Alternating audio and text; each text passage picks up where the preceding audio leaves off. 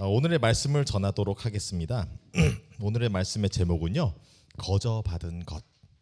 우리가 거저받은 것이 무엇인지, 또 그것을 거저받았다 해서 가만히 내버려 두어야 되는 것은 아닙니다. 그래서 거저받은 것을 우리가 어떻게 해 나가야 하는지에 대해서 간단하게 말씀을 나누도록 하겠습니다. 오늘의 말씀을 잘 들어보시면요, 우리가 흔히 들어본 내용과 같습니다. 우리가 예수님께서 우리를 향하여 하신 명령인 거죠. 이것을 다른 말로도 뭐라고 또 하죠? 지상명령이라고도 하죠. 우리가 흔히 알고 있는 지상명령은 사도행전에 나오죠. 예수님께서 승천하시기 전에 제자들에게 하신 마지막 말씀.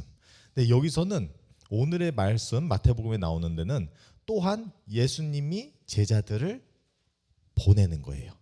선포하여 보내면서 가서 이러이러하여라 하면서 명령을 주고 계십니다. 그래서 이 말씀을 우리가 사도행전에 있는 내용과도 잠깐 비교하면서 바라보도록 하겠습니다. 먼저 우리가 나오는 내용을 이해를 한다면요, 마태복음 10장에서는 이렇게 얘기를 하죠.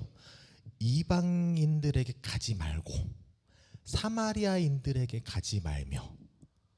근데 사도행전에서는 뭐라고 나오죠? 예루살렘에서 유대와 사마리아와 땅끝까지 가라라고 하세요. 그러면 과연 예수님이 한 입으로 두 말 하신 걸까요? 아니죠. 언제나 성경의 말씀은 우리가 그 상황과 그 당시의 환경을 이해를 해야 하는 것입니다. 컨텍스트라고도 하는데요, 우리가 컨텍스트를 잘 이해하고 난다면 과연 그러면 예수님께서는 이 두 말씀이 다른 말씀이 아니라 하나의 말씀인데 어떤 말씀을 하고 계신지를 이해해야 된다는 것이죠. 그러면 이미 공부 잘하시는 분들은 앞에 나온 부분을 제목을 보면서 알게 될 것입니다. 예수님이 이 안에서 하시고자 하신 말씀이 어떤 말씀인지를. 예수님께서는 여기는 가고 여긴 가지 말라, 또는 지금 당시엔 가지 말고 나중에는 가라 한 그런 두 말씀하신 게 아니라 초점이 조금 다른 거예요. 우리가 흔히 하나님의 사역을 한다 할 때에 주로 사역을 밖으로 바라보죠. 사역 대상 또한 밖으로 향할 때가 많이 있습니다. 그런데 예수님께서 굉장히 중요한 부분을 알려주시고 계세요. 밖으로만 향하는 것이 아니라 때로는 밖을 보기 전에 먼저 안을 바라다 봐야 한다는 것을 얘기해 주고 계신 것입니다. 우리가 먼저 안을 내다보고 우리의 내부에 있는 사람들을 먼저 챙겨야 하는 부분도 중요하다는 얘기를 하고 계십니다. 우리가 자꾸 사역으로 나가려고만 하는 것이 아니라 예수님께서도 마태복음 10장에서 밖으로 나가라는 선포를 하시기 전에, 제자들을 보내시기 전에 예수님께서 계속 지금까지 뭘 하셨죠? 내부 제자들을 다듬으시고 가르치시고 안에서부터 시작을 하는 거예요. 가족부터 시작하는 것이고, 가족보다 더 먼저 나부터 시작하는 것입니다. 그래서 우리가 어떠한 사역을 하기 전에도 먼저 우리 자신을 잘 살펴보는 것이 너무나 중요하다는 것을 우리가 깨닫게 되는 것입니다. 우리가 무엇을 받았고 어디로 선포하여서 어디로 나가서 일을 해야 된다는 사역적인 부분 너무나 중요하죠. 근데 사역을 바라보기 전에도 나부터를 바라봐야 되는 것이 제일 먼저 우선이 되어야 할 것입니다. 그래서 이 부분에서 우리가 사역에 있어서 여러분들 여전도회가 너무나 귀한 일들을 많이 하지만 항상 나의 신앙부터, 나의 자세부터, 또 나의 가정도, 나의 건강도 살피셔야 하는 것입니다. 사역 좋지요. 근데 건강을 해치면서까지 하는 것은 하나님도 원하시지 않는 것입니다. 그래서 항상 내 자신을 잘 살펴보면서 나아가셨으면 좋겠습니다.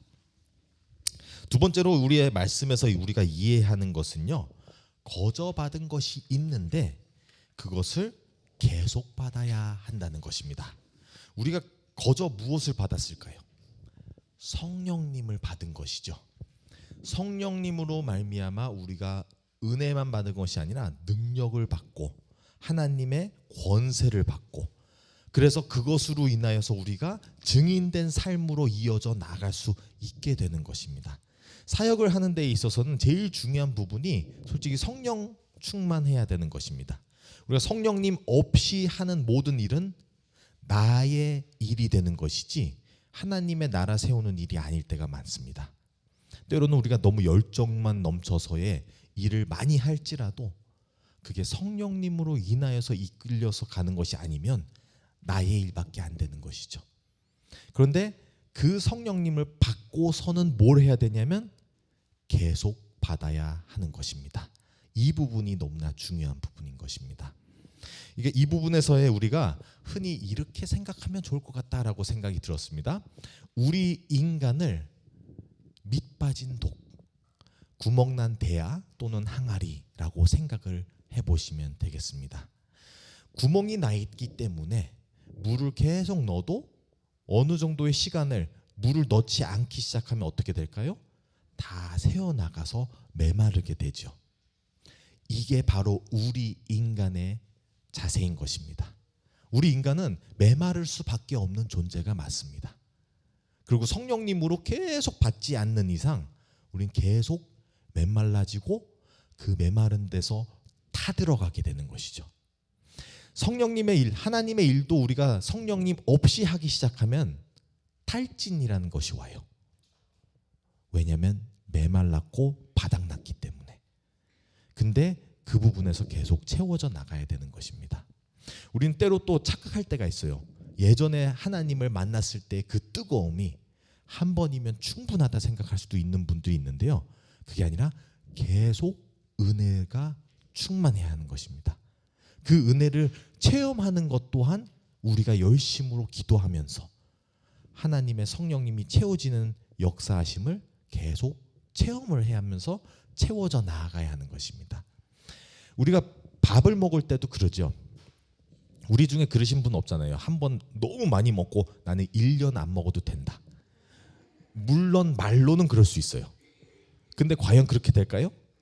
아니에요. 바로 다음 끼 되면 또 배고파가지고 먹게 돼요. 우리가 한 번에 왕창 먹어가지고 그걸로 쭉 갈 수 있는 존재가 아니에요. 계속 조금씩 조금씩 적당한 양이 채워져야 한다는 것이죠. 우리 인간이 그렇게 만들어진 것이에요. 왜냐하면 그래야 하나님께 붙어서 계속 조금씩 조금씩 만나를 공급받기 때문에, 하나님의 말씀과 성령님을 공급받아야 하기 때문에, 그럼으로써 우리가 계속 채워져야 되는 부분에 열심으로 나가야 되는 것입니다. 근데 한 번 받았다고, 한 번 예수님을 만났다고 다 됐다 라고만 한다면 거기에서 머무르게 되는 것입니다. 그러면은 성령 충만하지 않는 분은 사역에서도 열매가 맺지를 못해요. 근데 성령이 충만한 분들은 이 밑빠진 독일지라도 물이 새어나가는데도 불구하고 성령님을 넘치도록 부어지면 어떻게 될까요? 넘쳐 흘러요. 그러면 어떤 현상이 나오냐면요. 물론 제가 그림을 더 좋은 그림이 안 보여서 이걸 일단 가져왔는데요. 성령님이 부어지고 넘치면은 우리로 인하여 주변에 있는 다른 항아리들, 다른 대야들, 다른 잔들도 채워지게 돼 있어요. 우리로 인하여. 그러니까 복의 근원이 되는 것이죠. 아브라함과 같이. 아브라함이 하나님의 성령님이 넘치도록 흐르니까 그 복이 새어나와서 있는 곳마다 하는 것마다 형통하게 되면서 하나님의 복음이 전해지는 것입니다. 그래서 우리 또한 성령님을 계속 공급받아야 하고 더 나아가서 넘치도록 흘러나야 그때부터는 우리가 모든 주위에 있는 곳마다, 가는 곳마다, 하는 일마다 넘치게 되는 것입니다. 그래서 그러한 축복이 우리 이 자리에 모이신 여전도의 여러분들에게 있기를 바랍니다. 저희가 세 번째로는 우리가 거저 주어진 그 성령님을 이제 계속 공급받아야 되려고 노력해야 되지만, 그러면서 무슨 일이 일어나야 되냐면 성장을 해야 하는 것입니다. 성장이 무엇이냐면요, 우리가 처음에 시작할 때는 큰 대야, 큰 항아리가 아니에요. 작은 컵이에요. 작은 컵으로 시작을 하는데 그러면 작은 컵인 만큼 물이 많이 안 들어가져도 채워져요. 근데 항상 작은 컵으로만 남아있으면 안 된다는 것입니다. 자라야 돼요. 그래야 컵이 더 커지면서 다른 데도 부어지고 또 물량이 차이가 있죠. 큰 데 안에 물이 많이 채워져야 가득 차지만 작은 컵은 조금만 해도 채워지긴 해요. 근데 물이 조금씩 단다고 생각한다면 큰 그릇인 만큼 다는 속도가 달라요. 그리고 아직도 작은 잔이 빨리 비워지도록 큰 잔은 천천히 비워져요. 우리가 우리의 믿음의 대야를 크게 만들어 놓는다면 우리가 다는 것도 속도가 줄지만 계속 채워지면서 주변에 복을 넘치도록 나누는 것이죠. 근데 자그마한 컵이라고 생각해 보세요. 그러면은 나만의 신앙인 거죠. 누구에게도 복을 주기도 어렵고 나만 간신히 유지해 나가지만 또 끝내 나만 챙기고 있는 거예요. 커져야 하는 것입니다. 성령님의 열매 또한 그런 것 같습니다. 성령님께서 주시는 열매는 우리가 흔히 알고 있는 사랑과 희락과 하면서의 이 모든 것을 바라보면 뭐냐면 인품이에요. 인격적인 부분을 얘기해 주고 계세요. 그러잖아요. 우리가 신앙이 좋다는 분이 신앙은 좋은데 성격이 안 좋으면 어떻게 돼요? 다 깎아먹는 일인 것이죠. 목회자가 말씀은 잘 전해요. 근데 성격이 안 좋아요. 그러면 그분이 과연 목회자의 역할을 하고 있을까? 의심이 되잖아요. 그런 것과 같이 하나님께 붙어 있는 사람은 꾸준히 자기 자신을 성장하며 성찰하며 꾸준히 깨져 나아가면서 나가야 하는 것입니다. 그래서 우리는 각자 작은 다양한 사이즈지만 최종 목적은 우리가 커져가야 하는 것입니다. 그래서 우리의 인품도 넓어지고 인내심도 넓어지고 사랑도 커지고 하면서 더 많은 사람을 품고 나아가야 하는 것입니다. 더 이상 아기의 신앙에 멈춰 있는 것이 아니라 성장을 하여서 키워져 나가야 하는 것입니다. 또 다른 예화를 들자면요. 어떤 농부가 나무를 심을 때에 그저 나무만을 위해 심는 분도 있지만 과일을 맺기 위해 심잖아요. 과일을 나중에 거두기 위해서. 근데 어떤 농부가 나무만 심어놓고 그 나무가 아무리 이뻐도 과일을 못 맺으면 어떻게 할까요? 필요가 없어지는 거예요. 그러니까 우리는 그 열매가 뭘까요? 간단히 말씀을 드려서는 우리의 인품이 넓어지고 커져야 돼요. 이걸 좀 다르게 말씀드린다면요. 우리가 쇠가 다듬어지기 위해서는 쇠로 때려쳐요. 사람이 다듬어지려면 뭘로 때려치죠? 그게 제일 아픈 거예요. 사람이 다듬어지기 위해서는 사람으로 내려치세요. 하나님이 대장장이로서 사람을 다듬기 위해서 사람을 보내주세요. 우리를 시달리게 하는 사람, 우리를 괴롭히는 사람, 힘들게 하는 사람, 우리의 인내심을 끝까지 가게 하는 자녀 같은 사람. 근데 꾸준히 보내주시는 이유가 뭐예요? 나를 위한 거예요. 내가 성장하기 위해서. 근데 대부분 우리는 연약하다 보니까 뭐를 해요? 하나님 왜 저 사람 보내주셨나요? 저 사람 빨리 좀 치워주세요. 근데 하나님이 보내주심을 깨달으시면 하나님 저분을 통해서 내가 뭘 배워야 할까요? 내가 어디가 다듬어져야 할까요? 내가 깨부져지지 않은 부분들이 무엇일까요? 나의 날카로운 부분들이 무엇일까요? 하면서 생각하게 되는 것이죠.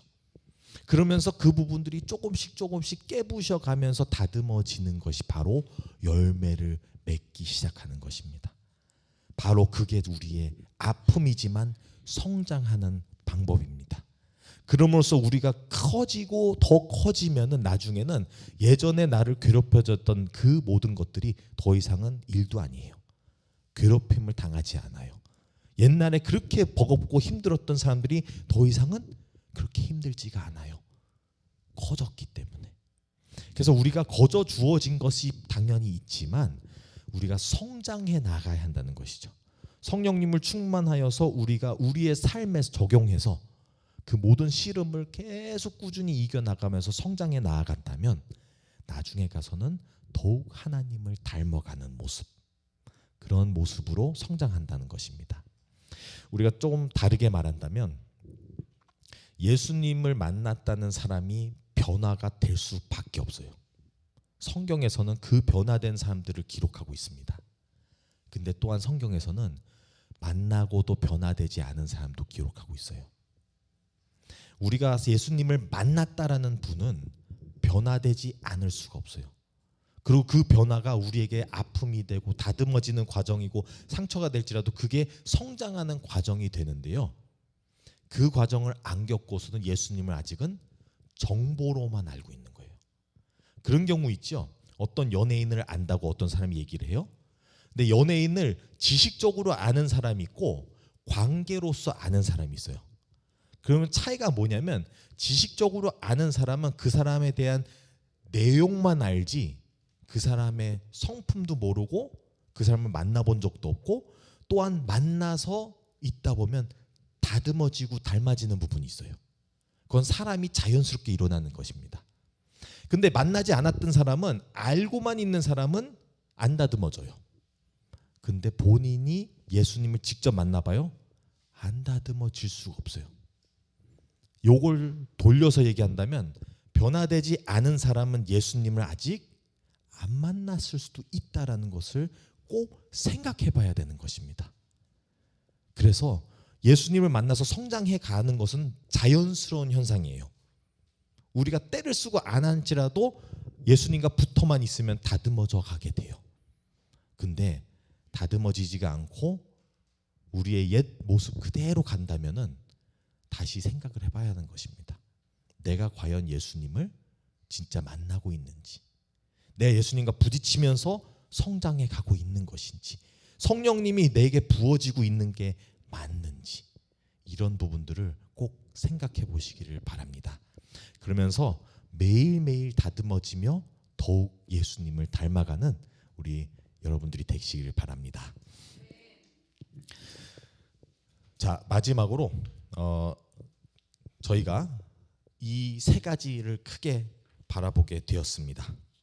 첫 번째로는 우리가 예수님을 만나고 그분들로 인하여서 우리가 먼저 우리의 자신을 잘 살피고, 두 번째로는 그럼으로써 우리가 꾸준히 성령님으로 채워지고, 그리고 세 번째로는 그 성령님을 더불어서 우리가 성장하면서 자라나아갈 때는 하나님의 사역, 하나님의 일이 자연스럽게 일어날 것입니다. 우리를 통하여 우리 주변에도 그 복음이 전달될 것입니다. 그럼으로써 우리가 거저받은 것이 넘쳐 흘러서 남에게도 거저주는 것이 되기를 간절히 바랍니다. 기도하겠습니다. 하나님 아버지, 감사드립니다. 주님께서는 우리가 부족할지라도, 아직 모자랄지라도 항상 거저주시고 부어주시고 넘치게 하여 주십니다. 하나님, 그러나 우리 또한 열심으로 공급받고 열심으로 다듬어가며 우리가 열심으로 우리가 성장해 나가야 하는 부분도 깨닫고 나아가게 하여 주시옵소서. 그래서 더 이상 하나님의 하는 일을 하나님만 하시는 것이 아니라 우리도 기쁜 마음으로, 감사한 마음으로 참여하며 우리가 우리 자신부터 돌이켜보며 다듬어 나아갈 수 있게 하여 주시옵소서. 그래서 우리에게 거저 주신 것을 우리가 이웃들과 우리의 사역에 있는 분들, 가정에 또 일터에 만나는 모든 분들에게 거저 나누며 살 수 있게 하여 주시옵소서. 이 모든 말씀 우리 주 예수 그리스도의 이름으로 기도드립니다. 아멘.